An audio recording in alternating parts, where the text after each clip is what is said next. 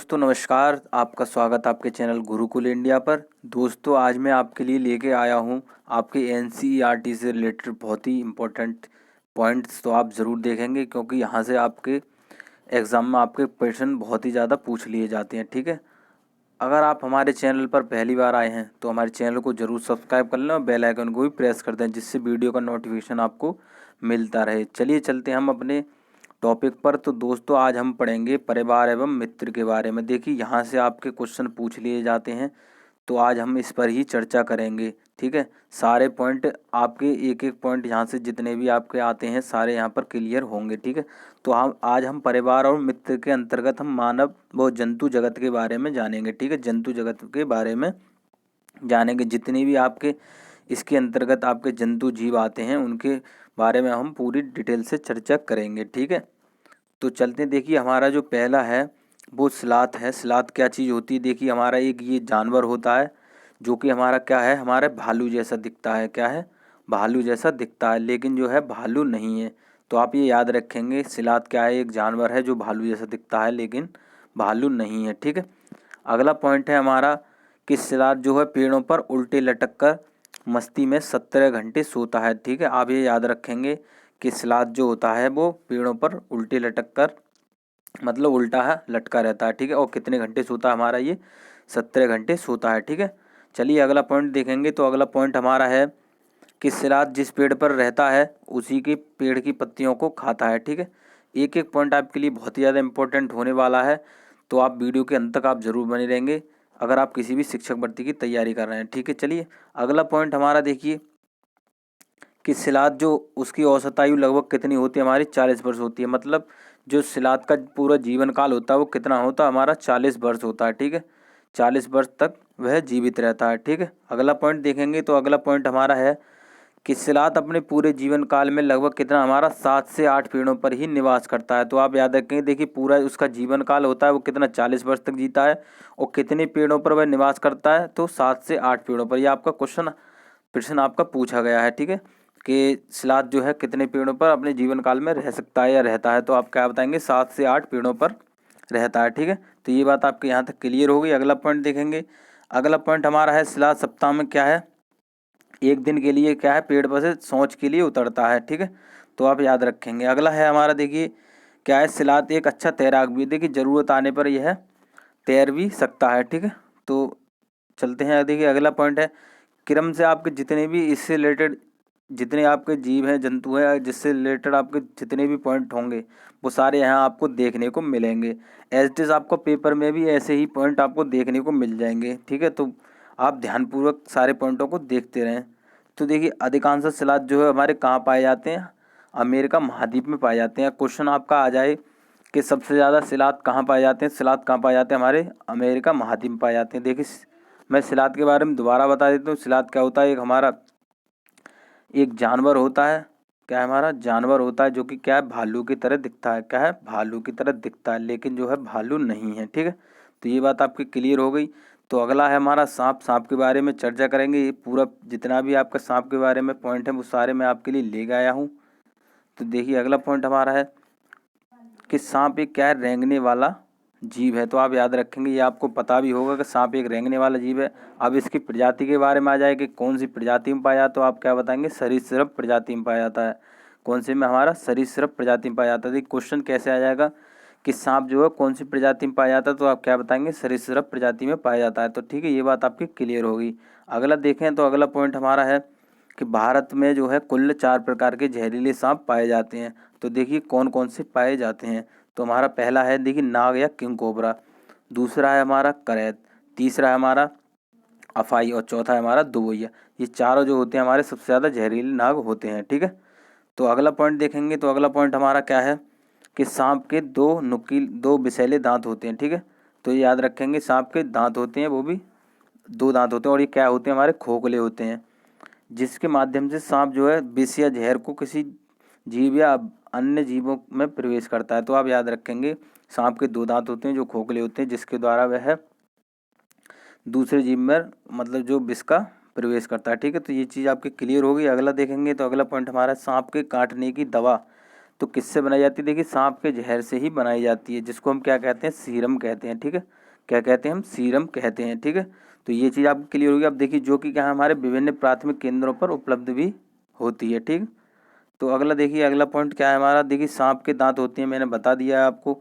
लेकिन यह जब अपने भोजन या शिकार को क्या करता है हमारा, ये सीधा ही निगल जाता है। तो आप याद रखेंगे कि सांप के दांत होते हैं, लेकिन जो है वो अपने भोजन या शिकार को सीधा ही निगल जाता है। ठीक, तो ये चीज़ आपकी समझ में आ गई होगी। अगला देखेंगे तो अगला पॉइंट हमारा है कि सांप के कान नहीं होते हैं। तो आप ध्यान से मतलब देखेंगे कि क्या है हमारा, सांप के कान नहीं होते हैं। क्वेश्चन आपका आ जाता है कि सांप के कान होते हैं या नहीं होते, तो आप क्या बताएंगे? नहीं होते हैं। लेकिन यह क्या करता है? ध्वनि के कंपन को महसूस कर सकता है। ठीक है, ये इसके कान नहीं होते, लेकिन जो ध्वनि होती है उसको महसूस करता है। ठीक है, जो उसके कंपन होते हैं। देखिए अगला है हमारा, देखिए क्या है अगला पॉइंट है हमारा, देखिए कि जब सपेरा बीन बजाता है तो बीन से निकली ध्वनि की कंपन के अनुसार अनुक्रिया करता है। देखिए हम जो सोचते हैं कि जब सपेरा बीन बजाता है तो वह उसकी धुन पर नाचता है या जो भी करता है, वो नहीं होता है। वो क्या करता है? उसकी ध्वनि जो निकलती है उसके कंपन पर वह अनुक्रिया करता है। ठीक है, तो ये चीज़, ये पॉइंट आपका क्लियर हो गया होगा। देखिए अगला पॉइंट देखेंगे तो अगला पॉइंट हमारा है नाग या किंग कोबरा एक ऐसा सांप है जो क्या करता है? हमारा घोंसला बनाता है। ठीक है, क्या करता है? हमारा घोंसला बनाता है। ये आपका क्वेश्चन आ जाता है। ठीक है, तो क्या करेंगे आप? देखिए क्वेश्चन कैसे पूछ लिया जाता है कि ऐसा कौन सा सांप है जो घोंसला बनाता है, तो आप क्या बताएंगे? नाग या किंग कोबरा है। ठीक है, ये ऐसे क्वेश्चन आपके पूछ लिए जाते हैं अगर आप किसी भी शिक्षक भर्ती की तैयारी कर रहे हैं, तो ये आपके लिए बहुत ही ज़्यादा इंपॉर्टेंट होने वाले हैं। तो एक एक पॉइंट आप ध्यान से देखेंगे। ठीक है, अगला अगला है हमारा, देखिए अगला पॉइंट क्या है हमारा? सांपों को क्या किसान का मित्र भी कहा जाता है। अब देखिए क्यों कहा जाता है कि जब जो हमारे कीट पतंग या जो भी जीव होते हैं जो खरपतवार को नष्ट करते हैं, यह उनका भक्षण कर लेते हैं। यह क्या करते हैं? उनको खा लेते हैं। जैसे देखिए सांप है और एक हमारा केंचुआ होता है। अब देखिए किसान का मित्र क्योंकि ये क्या करता है? ये चूहे को खा जाता है। चूहा जो हमारे खरपतवार को नष्ट करता है, ये उसको खा जाता है। तो यह इस प्रकार किसान का मित्र कहलाता है। ठीक, अगला पॉइंट हमारा देखिए विश्व का सबसे लंबा जीव कौन सा? हमारा अजगर है। देख कुछ बहुत ही इंपॉर्टेंट पॉइंट है, आपका क्वेश्चन पूछ लिया जाता है ये कि विश्व का सबसे लंबा जीव कौन सा? हमारा अजगर है।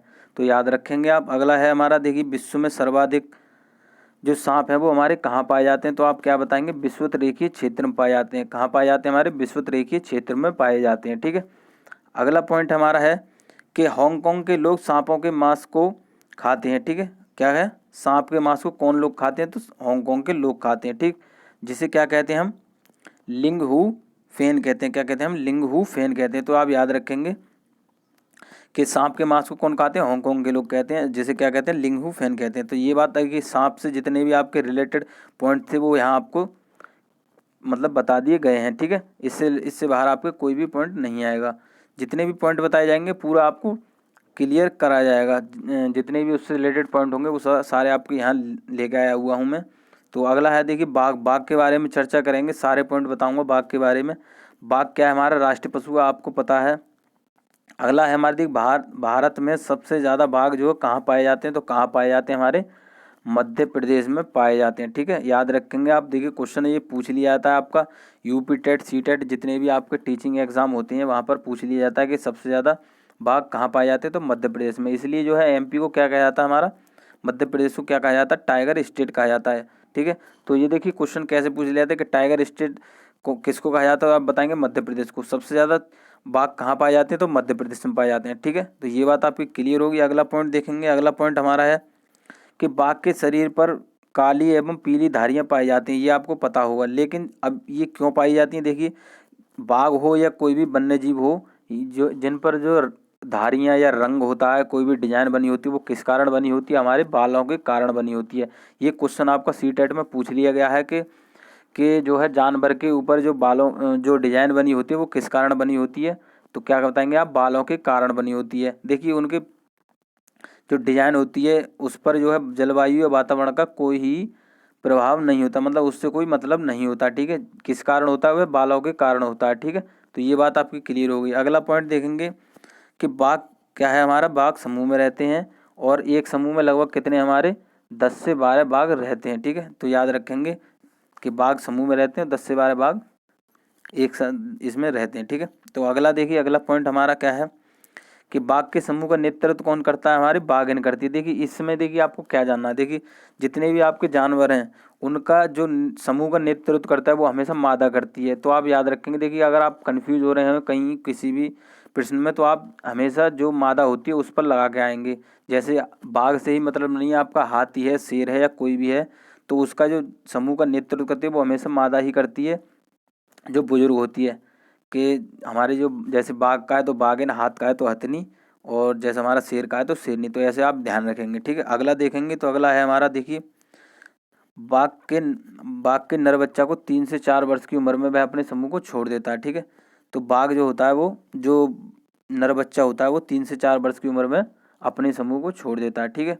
और भी जानवर होते हैं अपने समूह को छोड़ देते हैं, जितने जानवर आएंगे सारी चर्चा करते चलेंगे, ठीक है। अगला है हमारा, देखिए कि बाघ के जन्म के समय बच्चा कितना होता है हमारा, 2 से 2.5 किलो। देखिए इंपॉर्टेंट है कि बाघ के जन्म के समय का बच्चा क्या होता है हमारा, कितने किलो का होता है, 2 से 2.5 किलो का होता है, ठीक है।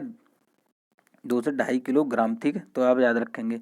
अगला है, देखिए अगला पॉइंट क्या है हमारा, कि बाघ अपने इलाके का निर्धारण किसके द्वारा करता है, हमारा मूत्र के द्वारा करता है। जैसे ही कोई बाघ दूसरे के इलाके के पास पहुंचता है तुरंत पहचान जाता है कि यह दूसरे का इलाका है। तो आप ध्यान से देखेंगे, ठीक है। अगला पॉइंट हमारा क्या है, कि बाघ अंधेरे में भी मनुष्य से 6 गुना अधिक देख सकता है। तो आप ध्यान से देखिए, ये प्रश्न आपका इससे बन जाता है कि कैसे, कि बाघ जो है मनुष्य से अंधेरे में मतलब 6 गुना देख सकता है। तो आप क्या बताएंगे, 6 गुना अधिक देख सकता है, ठीक है। अगला पॉइंट क्या है हमारा, अगला पॉइंट है हमारा, बाघ अंधेरे में भी अपनी मूंछों के माध्यम से रास्ता बना लेता है, ठीक। चलिए अगला पॉइंट देखेंगे। सारे पॉइंट जिससे आपके जो जिस जानवर से होंगे वो सारे आप यहाँ को देखने को मिल जाएंगे, ठीक है। अगला है, देखिए बाघ जंगल में पत्तियों में सरसराहट या हिलने के कारण को दूर से ही पहचान जाता है, कि पत्तियों में हिलने का या सरसराहट किसी जीव के आने के कारण है या हवा के कारण है, ठीक है। बाघ ऐसा इसलिए कर पाता है क्योंकि बाघ के कान कई दिशाओं या चारों दिशाओं में गति कर सकते हैं। तो आप याद रखेंगे कि बाघ के कान जो होते हैं चारों दिशाओं में गति कर सकते हैं, और वह कोई सी भी जैसी भी सरसराहट होती है पत्तियों की तो वो उसको महसूस कर लेता है कि किस चीज़ की आवाज़ है या किस चीज़ की आने की वजह से ये हो रहा है, ठीक है। तो आप याद रखेंगे। अगला पॉइंट हमारा है कि बाघ की दहाड़ जो है क्या है हमारा, 3 किलोमीटर दूर तक सुनाई देती है। देखिए इंपॉर्टेंट है, अब क्वेश्चन आ जाए कि बाघ की दहाड़ को कितनी दूर तक सुना जा सकता है या कितनी दूर तक सुनाई देती है, तो आप क्या बताएंगे, 3 किलोमीटर तक सुनाई देता है, ठीक। अगला पॉइंट देखेंगे। अगला पॉइंट हमारा क्या है, कि बाघों की आबादी तेजी से घट रही है, ठीक। क्या है, बाघों की आबादी तेजी से घट रही है। इसका मुख्य कारण क्या है, देखिए क्या क्या है हमारे कारण, कि बाघों का अवैध शिकार।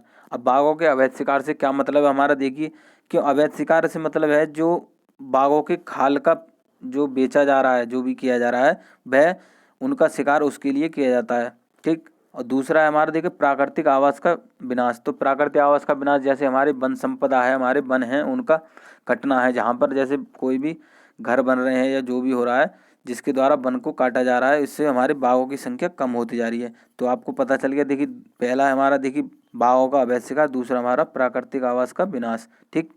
तो चलिए अगला पॉइंट देखेंगे। अगला पॉइंट हमारा है, देखिए इम्पोर्टेंट पॉइंट है, आप इम्पोर्टेंट लिख लीजिए क्योंकि इससे आपके हर एग्जाम में आपका प्रश्न पूछ लिया जाता है, कि बाघों के संरक्षण के लिए भारत सरकार द्वारा वर्ष 1973 में, ठीक है, क्या है हमारा, टाइगर प्रोजेक्ट की शुरुआत की गई थी। देखिए कहाँ की गई थी, हमारी जिम कॉर्बेट नेशनल पार्क में की गई थी, जो कि हमारा कहाँ है, उत्तराखंड में है। कहाँ है हमारा, उत्तराखंड में है। तो आप याद रखेंगे।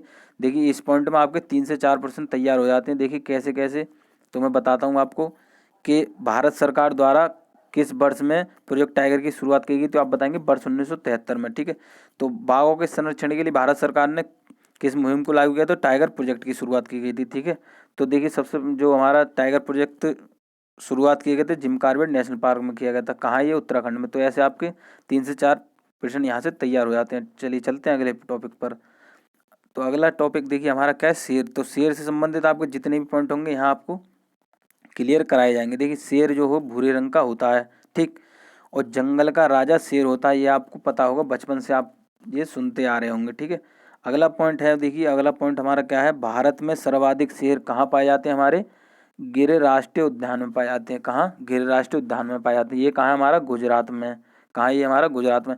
देखिए ये प्रश्न भी आपका पूछ लिया जाता है, यूपी टेट सी टेट जितने भी आपके एग्जाम होते हैं, कि सर्वाधिक जो शेर हैं कहाँ पाए जाते हैं, तो आप क्या बताएंगे, गिर राष्ट्रीय उद्यान में पाए जाते हैं। ये कहाँ है हमारा, गुजरात में है। ठीक है, अगला पॉइंट देखेंगे, अगला है हमारा कि शेर जो है समूह में रहते हैं और शेरों के एक समूह में कितने हमारे 10 से 12 शेर शेरनी एवं उनके बच्चे रहते हैं। ठीक है, तो ये चीज़ आपको ध्यान रखनी है। और देखिए समूह का नेतृत्व तो शेरनी करती है, मैंने आपको पहले भी बता रखा है कि समूह का नेतृत्व तो हमेशा मादा ही करती है। ठीक है, तो ये चीज़ आप ध्यान से देखते चलेंगे। अगला है हमारा देखिए कि शेर भी अपने इलाके का निर्धारण किसके द्वारा करता है, हमारा मूत्र के द्वारा करता है। ठीक है, तो आप याद रखेंगे। देखिए शेर भी जो होता है हमारा, अंधेरे में देखने की शक्ति क्या होती है, मनुष्य से 6 गुना अधिक होती है। ठीक है, बाघ की तरह ये व्यवहार प्रदर्शित करता है। ठीक है, तो शेर से संबंधित सारे पॉइंट यहाँ आपको बता दिए गए हैं। तो अगला टॉपिक हमारा क्या है, मकड़ी। तो मकड़ी के संबंधित जितने भी आपके पॉइंट होंगे वो यहाँ आपको बताए जाएंगे। जितने भी पॉइंट आपको दोस्तों जितने भी बताए जा रहे हैं ये एनसीईआरटी बुक से आपको छांट छांट के लेके आए गए हैं। ठीक है, जो कि आपके एग्ज़ाम के लिए बहुत ही ज़्यादा महत्वपूर्ण होने वाले हैं। ठीक है, तो बहुत ही ध्यान से आप देखते चलें।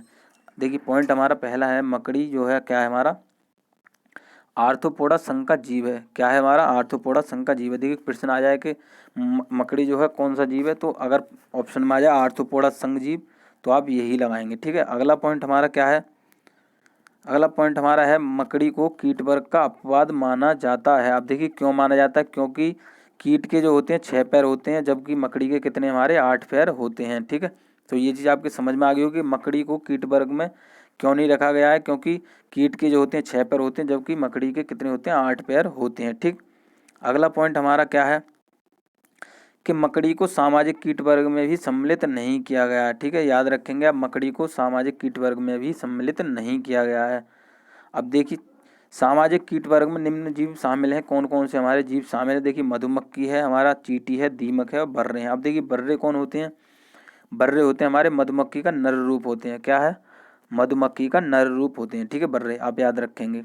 अगला पॉइंट है देखिए क्या है हमारा कि मादा मकड़ी नर मकड़ी को क्या करता है, हमारा मैथुन उपरांत मतलब सेक्स के बाद हमारे मार डालती है। तो आप याद रखेंगे। अगला पॉइंट देखेंगे, अगला है हमारा देखिए रेशम का कीड़ा। तो रेशम के कीड़े के बारे में आज देखिए बात करेंगे। ठीक है, देखिए पहला पॉइंट हमारा रेशम के कीड़े से हमारा कि रेशम कीट पालन को क्या कहा जाता है। तो आप याद रखेंगे। देखिए ये पॉइंट आपका देखिए ये इससे आपके प्रश्न बन जाता है कि रेशम कीट पालन को क्या कहा जाता है, तो आप क्या बताएंगे, सेरीकल्चर कहा जाता है। क्या, सेरीकल्चर, इससे आपका प्रश्न पूछ लिया जाता है। ठीक है, तो क्या कहा जाता है, सेरीकल्चर। तो आपको ये चीज़ क्लियर होगी। अगला पॉइंट देखेंगे, अगला पॉइंट हमारा क्या है कि रेशम के कीड़े को पाला जाता है। ऐसे प्रश्न आपका देखिए तैयार होता है कि रेशम के कीड़े को पाला जाता है, तो आप क्या बताएंगे, शहतूत के पेड़ों पर।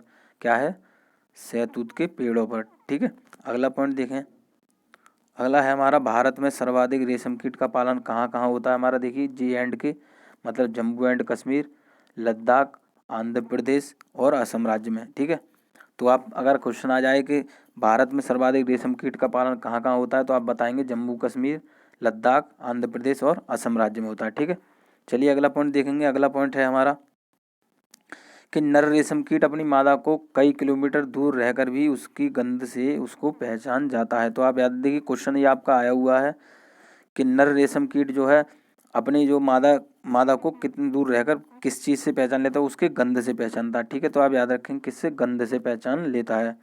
अगला है देखिए, अगला है हमारा, अगला पॉइंट हमारा पोचमपल्ली एवं कलमकरी। ठीक है, पोचमपल्ली एवं कलमकरी ये कहाँ है हमारा, आंध्र प्रदेश में है। कहाँ है, आंध्र प्रदेश में। सबसे ज़्यादा क्या प्रचलित है यहाँ हमारा, रेशमी साड़ी प्रचलित है, क्योंकि यहाँ पर रेशम का उत्पादन किया जाता है। तो आप याद रखिए कि क्वेश्चन आपका ये आ जाता है कि पोचमपल्ली में क्या चीज़ प्रचलित है, तो आप क्या बताएंगे, रेशम साड़ी, या इसके लिए कलमकरी आ जाए नाम। ये दोनों हमारी जो हैं अलग अलग हैं और ये दोनों आंध्र प्रदेश में पाए जाते हैं, पोचमपल्ली और कलमकरी।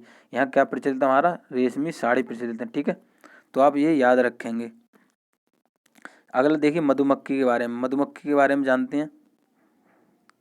तो मधुमक्खी के बारे में देखिए कुछ हम इस वीडियो में जानेंगे, कुछ अगली वीडियो में जानेंगे। ठीक है, क्योंकि हमारे जो जानवर हैं वो बहुत सारे हैं। जितने भी आपके देखिए जानवर इससे रिलेटेड आते हैं आपके एनसीईआरटी बुक में, सारे आपके लिए यहाँ लेके आया हूँ और एक एक पॉइंट उनसे रिलेटेड जितने भी हैं सारे आपको यहाँ लेके आया हूँ मैं। ठीक है, इससे बाहर आपका कोई भी क्वेश्चन नहीं जाएगा। देखिए मधुमक्खी के बारे में क्या है हमारा, देखिए पहला है हमारा मधुमक्खी पालन को क्या कहा जाता है, हमारा एपीकल्चर कहा जाता है। क्वेश्चन आपका पूछ लिया जाता है कि मधुमक्खी पालन को क्या कहा जाता है, एपीकल्चर कहा जाता है। अगला है हमारा, देखिए सर्वाधिक मधुमक्खी पालन कहाँ है हमारा, देखिए कहाँ पाया जाता है सबसे ज़्यादा, लीची के पेड़ पर। कि सर्वाधिक मधुमक्खी पालन कहाँ किया जाता है हमारा, लीची के पेड़ पर किया जाता है, ठीक, क्योंकि लीची जो होती है मीठी होती है ज़्यादा, ठीक है। अगला है, देखिए अगला है हमारा पॉइंट कि भारत में सर्वाधिक मधुमक्खी पालन कहाँ कहाँ किया जाता है, तो आप याद रखेंगे, देखिए बिहार में, झारखंड, जम्मू कश्मीर एवं हिमाचल प्रदेश में किया जाता है। तो आप याद रखें, क्वेश्चन आपका ऐसे पूछ लिया जाता है कि सबसे ज़्यादा मधुमक्खी पालन कहाँ किया जाता है, तो आप बताएंगे बिहार, झारखंड, जम्मू कश्मीर, हिमाचल प्रदेश, ठीक। अगला पॉइंट हमारा क्या है कि मधुमक्खी एक सामाजिक कीट है, यह कहाँ हमारी कॉलोनी और बस्ती में रहती है, ठीक है। कहाँ रहती है, हमारी कॉलोनी और बस्ती में रहती है, ठीक है। तो ये मैं आशा करता हूँ आपको ये वीडियो अच्छी लगी होगी। अगर आप आज वीडियो अच्छी लगी हो तो अपने दोस्तों के साथ शेयर जरूर करें और वीडियो को लाइक भी जरूर कर दें।